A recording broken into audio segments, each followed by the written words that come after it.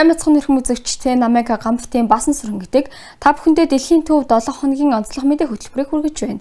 Та бүхэн мэдэж байгаа манай нэвтрүүлэг өдөр бүр хөрс зэрэгэлтэй Бурайд, Ирхүү, Чита, Якут, Халмаг болон Хятадд болж байгаа онцлог үйл явдлыг хүргэдэг лээ.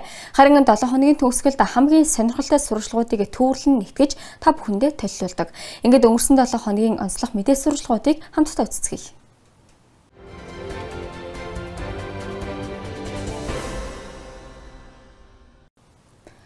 5,000 зочин, гол шагналын автомашин, мөн 18 уран бүтээлийн уралдаан, Бурайд түмний хамгийн том наадам болох Алтархан 2026 IC, Монгол, Хятад болон Оросын бүс нутгаас ирсэн зочид хурдан морь, бүх уран бичлэг зэрэг төрлөөр өрсөлдөхөөр цуглах юм.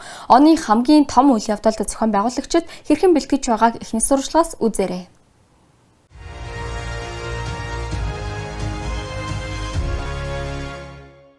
Бурайд түмний хамгийн том баяр болох Алтархан наадам хаяанд иржээ. Зохион байгуулагчид сүүлийн бэлтгэл ажлаа базааж байгаа бөгөөд энэ удаа Бурайд улс руу 5,000 орчим зочин төлөөлөгчийг хүлээн авахар бэлтгэж байна. Бүгд найрамдах Хятад ард улсын өөр Монголоос, Монгол улсын Бурайдууд олноор суурьшсан аймагудаас мөн өөр байгалийн хязгаар агийн тойрогоос оролцогчид ирнэ. Зөвхөн өөр байгалийн хязгаараас гэхэд 500 орчим хүн ирэхээр байна. Ирхэн мужаас 300 орчим төлөөлөгч оролцсон. Мөн Бурайдын нутгийн зөвлөлүүд 15 орчим хотоос хүрэлцэн ирнэ. Энэ жилийн урлагийн хөтөлбөр өмнөхөөс ч илүү өргөн хүрээтэй байхаж, эстрадын дуу бүжгээс эхлээд уран бичлэг, уран зохиол хүртэл нийт 18 төрлийн уралдаан тэмцээн болно. Түүнчлэн Бурайдын театруудын тайзнаа хэд хэдэн жүжиг толилуулах юм. Харин спортын хөтөлбөр уламжлалаа хадгалж, үндэсний спортын 6 төрлөөр өрсөлдөөн үргэлжилнэ. Сээр хугалах, шатар, бүхэ барилдаан, шагаан наадаан, сур харваа, морины уралдаан зэрэг төрлүүдээр тэмцээн болно.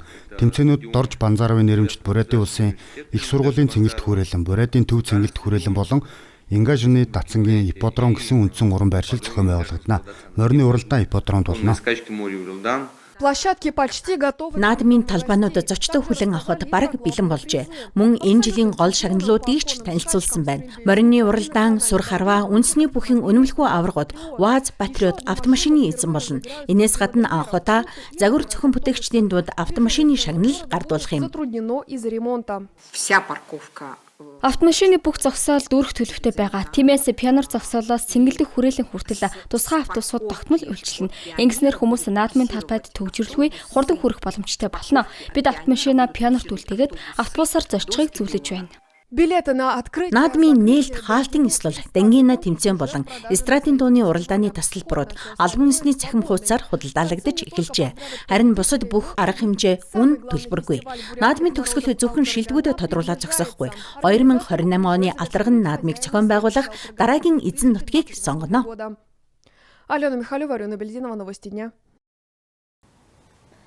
1941 оны 6 дугаар сарын 22 өглөөний 4 цаг мянган хүний амар амгалан дэлбэрэлтийн нүргээн тасалтуулж зөвлөлт холбоот улсын энхүү түүхэн дэх хамгийн аимшигт дайныг үтсэн юм. Бурайдас фронтод 120,000 хүн мартсны 3/1 нь эргэж ирэхгүй. Улаавт хотод Орос даяар нэгэн адил амир үдгсдийн дурсгалыг хүндэтгэх ёслол үлджээ. Дурсгал эмгэнлийн өдөр болсон энэ арга хэмжээ хэрхэн өнгөрснийг дараагийн сурвалжлагаар хүргэнэ.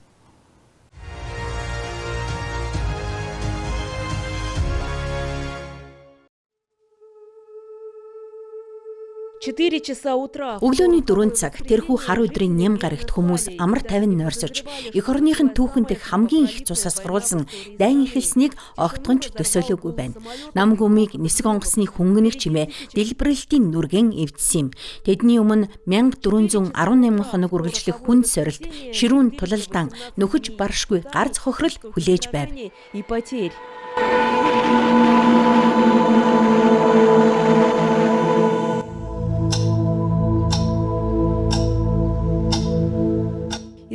Бурайдас фронтод 120,000 гаруй хүн мордсны 3/1 нь их нутагта эргэж ирээгүй юм. Агуу эх орны дан эхэлснээс хойш идүүгээ яг 85 жил өнгөрчээ. Гэсэн ч нутгийн баатруудын гавьяа зүтгэл, баатарлаг үйлсийг хүмүүс өнөө хүртэл мартахгүй дурссаар байна.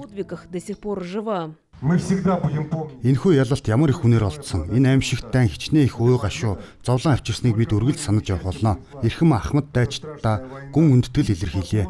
Мөн өнөөдөр их орныхоо эрх чөлөө тусгаар тогтнолыг хамгаалж буй бүх хүмүүстэй талархал илэрхийлье. Нашей Родины. Дайны үеийн баатруудын дурсгалыг 1 минут дуугүй зогсон хүндэтгэлээ. Энийн дараа мөнхийн галын дэргэд цэцэг өргөж, фронтын дайчид, ард талын хөдөлмөрчид болон энгийн иргэдэд талархал илэрхийлэн дурсгалын лаа асаалаа. Тыла и мирным жителям.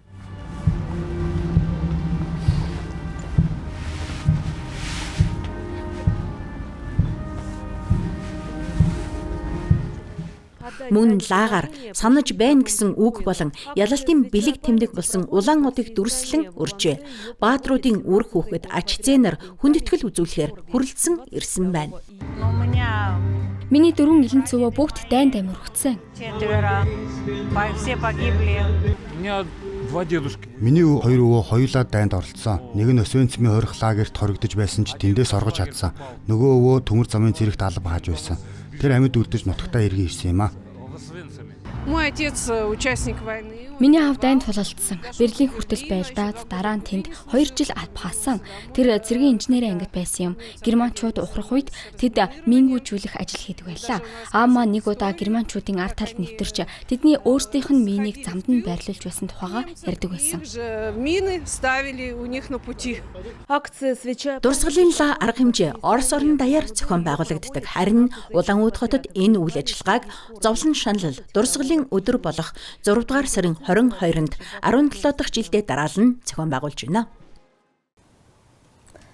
Монголд 6 өдөр аялж мөг сардагт авирсан нь эрхүүгийн сурагчдын энэ удаагийн аяллаа гол онцлог нь энэ байлаа. Байгаль хөвсгөлийн найрамдлын үүрэг хөтөлбөрийн хүрээнд 2.8 бяцхан улчин дорнод саяны хамгийн өндөр цэг болох 3491 метрийн өндөр мөг сардгийг эзэлжээ. Манай 2 орны хүүхдүүд хэрхэн нөхөрлөж байгааг одоо хүргье.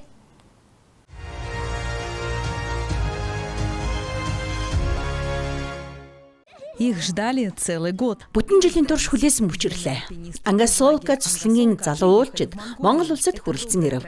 Энэ нь 2 орны хүүхдүүдийн нөхөрлөлийг бэхжүүлсэн сайхан уламжлал болсон үйл ажиллагаа юм. Зочломтгой монголчууд Сибирийн хүүхдүүдийг төрлөх хэл дээрээ дуудуулан ухтан авлаа.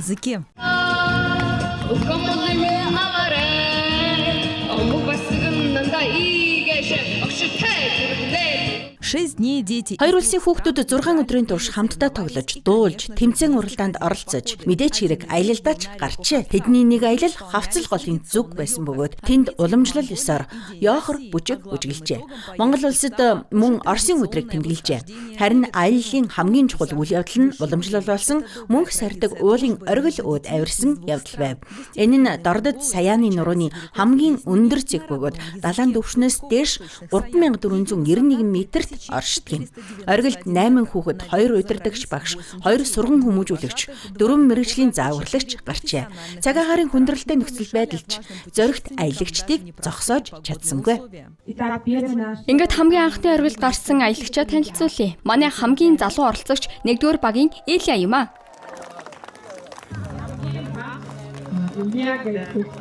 Мост дружбы Байгаль хөвсгөл наримлын гүр хөтөлбөр ирэх 20 жилийн ойгоо тэмдэглэнэ. Энэ бүхэн Ангасолка цуслангийн хүүхдүүдийн энгийн нэгэн аяллаас эхэлж байжээ. Харин ирэх 8 дугаар сард байгаль нуурын иргэдээр Монголын төлөөлөгчдийг хариу айлчлалаар хүлээн авах юм. новости. Дохионы хэл ойлгодог химэл оюун житийн 2 сурагч дүүлийн сонсголын бэрхшээлтэй хүмүүст харилцаад туслах программыг бүтээжээ. 17 настай зохион бүтээгчид хэрхэн грант авч төхөөрөмжөө хаан суйрлуулахаар төлөвлөж байгааг дараагийн сурвалжлагаас үзээрэй.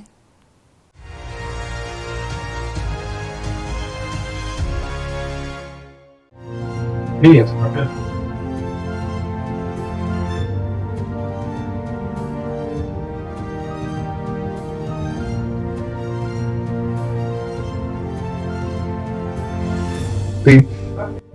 Даниил Голованов, Глеб Кожевников нар нэгэнгийн найзууд бөгөөд 3 жилийн турш техно хүрээлэнд хамтдаа хичээлж байна. Залуу зохион бүтээгчид хоёулаа сонсголын бэрхшээлтэй хүмүүстэй харилцаж байсан туршлагатай учраас энэ төслийн санаа төржээ. Төслийг хэрэгжүүлэхэд нийтдээ хагас жил орчим хугацаа зарцуулсан байна.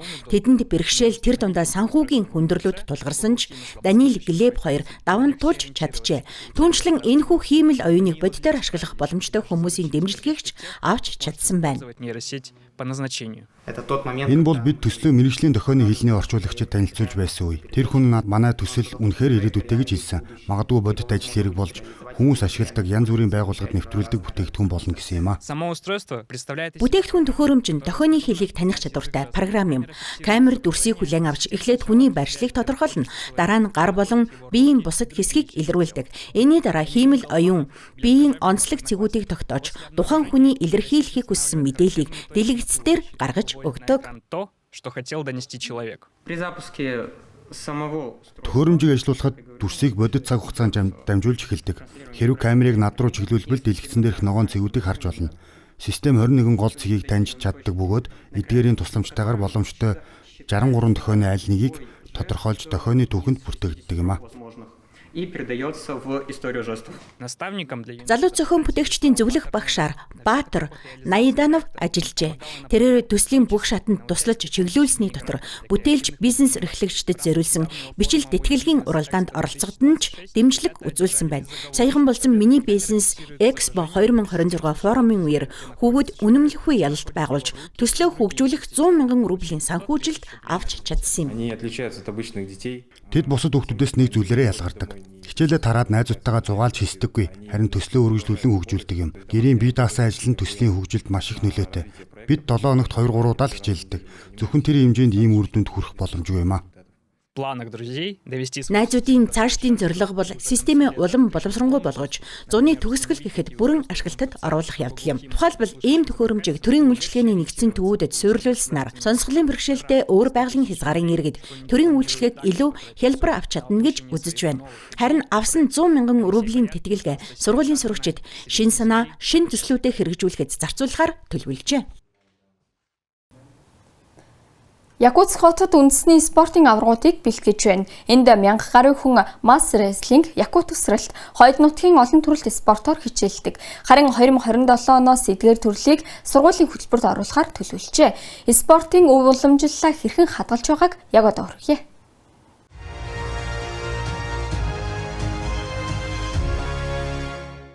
Мод үн зохицолбор нь 2006 оноос хойш үндэсний спортын гол төвүүдийн нэг болон үйл ажиллагаагаа явуулж байна. Өнгөрсөн 20 жилийн хугацаанд эндээс улс орон төдийгүй олон улсын давцанд якутыг төлөөлөн өрсөлддөг нэрт тамирчид бүгчүүд төрөн гарчээ. Тус төвд масс рестлинг, якут үсрэлт, халалсагай бүх мөн хойд бүсийн болон үндэсний олон төрөлт спортыг хөгжүүлдэг байна. 2019 оноос энд миний нэг найз байдаг юм а. Бид бүгд найрамд улсын авраг шалгаруулах тэмцээн болон Берген наадамд оролцож байсан юм. Өчигдөр Владимировка тосгонд болсон Эсэахан тэмцээнд оролцоод нэгдүгээр байр эзэлсэн. Тус төвд бага наснаас Ахмад үе хүртэл нийт 1000 гаруй хүн хичээлдэг бөгөөд энэ тоо жил ирэх тусам өсөн нэмэгдэж байна. Мөн энд үндэсний олон төрөлт спортын авраг шалгаруулах тэмцээн, хавсангаан барилдан, якутын ширээний уламжлалт тоглоомын тэмцээн зэрэг олон үйл ажиллагаа тогтмол зохион байгуулагддаг. Хойд бүсийн олон төрөлт спортоор хичээлэх сайхан байдаг. Олон зүйл сурч мэднэ, тэмцээн ч их болдог. Манай багш нар маш сайн ууралдаггүй, сайхан сэтгэлтэй хүмүүс байдаг. Алдаа гаргахад маань тайлбарлаж өгдөг, хамтдаа засдаг. Энтхийн хүүхдүүд ч найрсаг ээлдэг идэвхтэй. Тамирчдыг бэлтгэхэд дасгалжуулагчдын үүрэг маш чухал. Тус төвд үндэсний спортын 7 төрлөөр нийт 30 орчим дасгалжуулагч ажилладаг байна. Та бүхний харж байгаачлан сайхан манежтэй шүү. Энэ бол якут үсрэлтийн зориултын манеж. Тэнд элсэн дээрх үсрэх нэг хэсэг бий. Нөхцөл боломж сайн штанг, гэрч бий. Би яг 50 хүүхэдтэй ажилладаг юм. Бусад нь аль хэдийн спортын 2 дугаар болон 1-р зэрэг хамгаалсан. Ялангуяа 2013-аас 14 онд төрсэн хүүхдүүд маань маш сайн амжилт үзүүлж байна. 2007 оны 9-р сараас эхлэн Якутийн уламжлалт ширээний тоглоом болох Хабилик, Масс Рестлинг болон Хавсахай бүхийг биеийн тамирын хичээлийн хөтөлбөрт оруулахаар төлөвлөжээ. Энтэй холбоотойгоор 2006 оны намраас 6 сургуулийг хамарсан туршилтын төсөл эхлэх бөгөөд үр дүнг нь үндэслэн сургалт арга зүйн зөвлөл нэгдсэн стандартыг батлах юм. Бид бүгд найрамдах улсын боловсролын яамтай хамтран олон удаагийн цахим зөвлөгөөн зохион байгуулсан. Үндэсний спортод илүү олон цаг олох асуудлыг ил түмэнд өргөн барьсан. Одоогоор ерөнхий хөгжлийн сургалтын хөтөлбөрүүдийг боловсруулж байна. Үндэсний спортын төрлүүдийг дэмжих нь Оросын спорт улсын хөтөлбөрийн нэг зорилт нь юм. 2027 оноос эдгээр төрлийг сургалтын заавал үзэх хөтөлбөрт оруулснаар тогтмол хичээлэгсдийн тоо эрс өсөж, Якутийн спортын болон соёлын өв уламжлал хадгалагдан хөгжих боломж бүрдэнэ. Усан дээрх Формула 1 хятадд луу цавны баяр эхэллээ. Мушгирсан гол мөрөнд хуралдаан, ажил жуулчлалын өсөлт, сая-саяын орлого, эрдэнэ уламжлал өнөөдөр хүчрхэг салбар болон хөгжжээ. Энэ баяр хэрхэн өрнөдгийг Хятад дахь манай хамтрагчдын мэдээнээс хүлээн авна уу?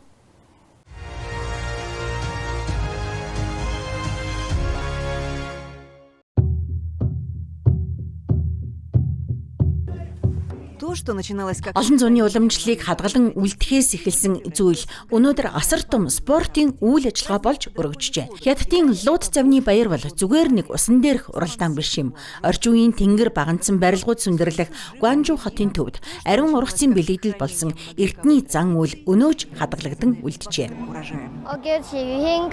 Намайг Чи Юй Сюан гэдэг 12 настай. Өнөөдөр би завны урд хэсэгт туг барьж явна. Сэтгэл хөдлөл үнэхээр дэцэгтэй өрч байна. Үүнээс гадна энэ нь бие сайн чирэгжүүлдэхэд тусалдаг юм аа. Би багасаа сэлүүрч эхэлсэн. Аав маань үргэлж намайг дагуулж явдаг байсан юм. Харин одоо би хүүгээ дагуулдаг болсон. Багадаа тэр сэлүүрчдийн дунд суудаг байсан бол одоо өсөж томроод туг барьдаг болжээ. Энэ уламжлал цаашаад үргэлжлэнэ гэж найдаж байна. Надеемся, эта традиция продолжится. Ердөө нэг цагийн зайд орших хөрш Фашан хотод дэлхийн өөр хаанаас ч олж гарахгүй луу завны уралдааны зам бий. Дэц Зяо дахь тэмцээнийг нутгийнхан усан дээрх Формула 1 гэж нэрлэдэг. Завнууд мушка голоор өндөр хурдтай давхиж огцон мэргэлтүүдийг туулан барайны шугамыг бүр гараараа ухарч гардаг байна.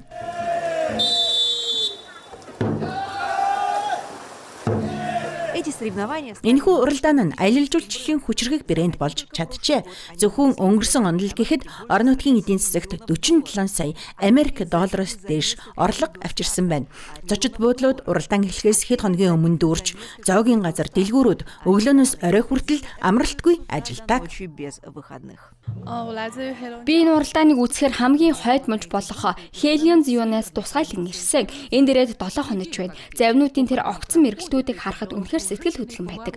Ойр орчмын газруудтай танилцахын тулд дахиад хэд хоног үлдэх бодолтой байна.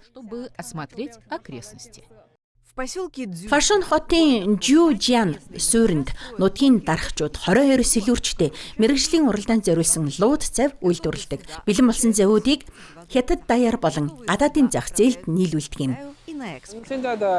Бид жилд 1000 хүртэл лууд цав үйлдвэрлэдэг.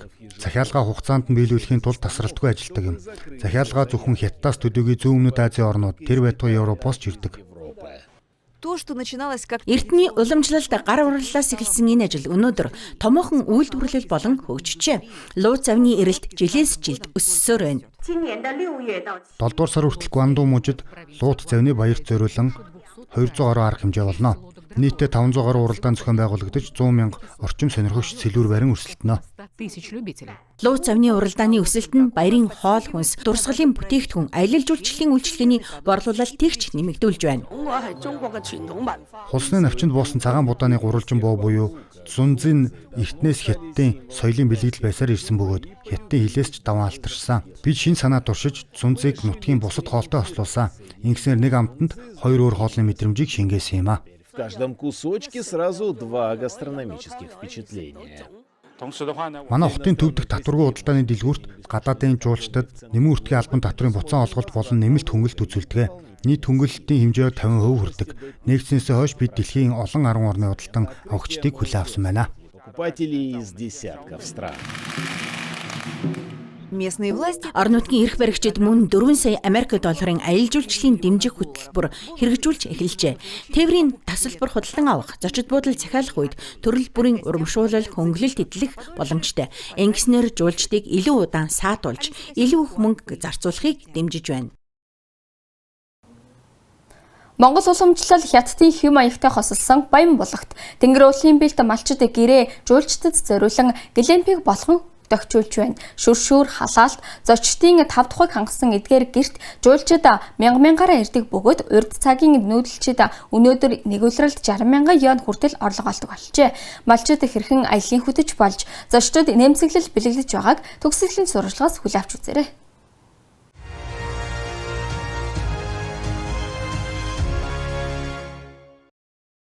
Баянбулаг нэрийг Тэнгэр уулын нурууны төв хэсэгт орших тал хээрийн бүс нутаг, суурин болон дархан цаадад газар эзэмшдэг. Зуны улиралд мөсөн голын хайлсан усаар тэжээгддэг Кайду гол нь үзэгсэлэнт ус намхрахыг экосистемийг бүрдүүлдэг бөгөөд энд 100 гаруй зүйлийн шувуу нутгалдаг юм. Энэхүү гайхамшигыг үзэхээр жил бүр олон мянган жуулчин ирдэг байна. Жуулчид үзүүрийн цэгүүдээр аялсныхаа дараа манад ирж хооллож хондог. Тиймээс өвөлдөө хонь маллаж зундаа жуулчны базаа ажилуулдаг юм. Би нутгийнхаа хүмүүсийг ажилд авсан. Бид хамтдаа илүү сайхан амьдралыг бүтээнэ гэдэгтээ итгэлтэй байна.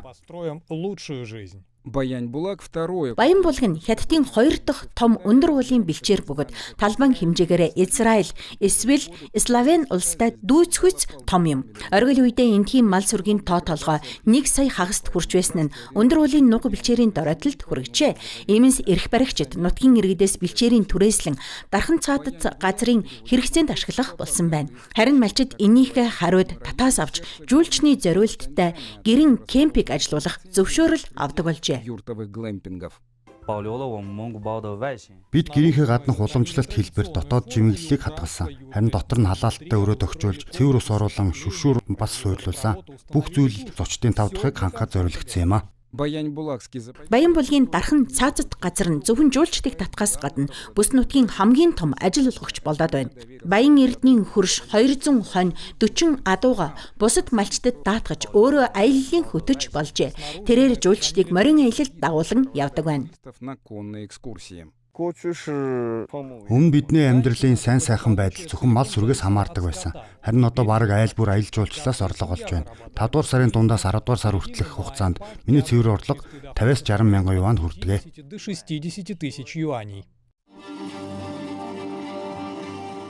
Жуулчдын тоо өсгийн хэрээр нутгийн иргэд дуу бүжгийн уламжлалаа сэргээж эхэлжээ. Том хотуудаас ирсэн зочид орон нутгийн соёлтой илүү гүн гүнзгий танилцахыг хүсдэг болсон байна. Энд бүжигчнэр ажиллах нь маш сайхан боломж. Бидний хувьд энэ бол амьдралын зөв зам гэж боддог.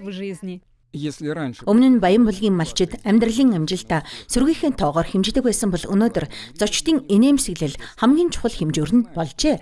Тэд нэг зүйлийг сайн ойлгосон байна. Альпийн нухтай өрсөлдөх үйс бэлчээр нь дархан цаадтай онгон дагшин хэвээр үлдэх цагт баялагын ундраг нь болсоор байх болно. Ингээд энэ удаагийн дэлхийн төв 7 хоногийн онцлог мэдээ хөтөлбөр өндөрлөж байна. Ice Global сувгийг үзэж байгаарай. Тэгвэл та зөвхөн Монголд төдийгүй манай хөр шорнуудад болж байгаа үйл явдлын талаар цагаалталгүй мэдээлэл авах болно. Та бүхэнтэй гамбатын басан сүрэн хамт байлаа. Дараа 7 хоногт дахин уулзъя.